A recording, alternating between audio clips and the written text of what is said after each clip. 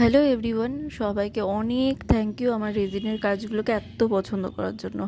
আচ্ছা, তোমাদের এই যে বিয়ের সময় যে বরমালাটা থাকে সেটাকে তোমরা কি করো? নর্মালি জলে দিয়ে দাও, সেরকম না করে একটা সুন্দর এরকম ফ্রেম বানিয়ে নিতে পারো। চলো দেখাই কিভাবে।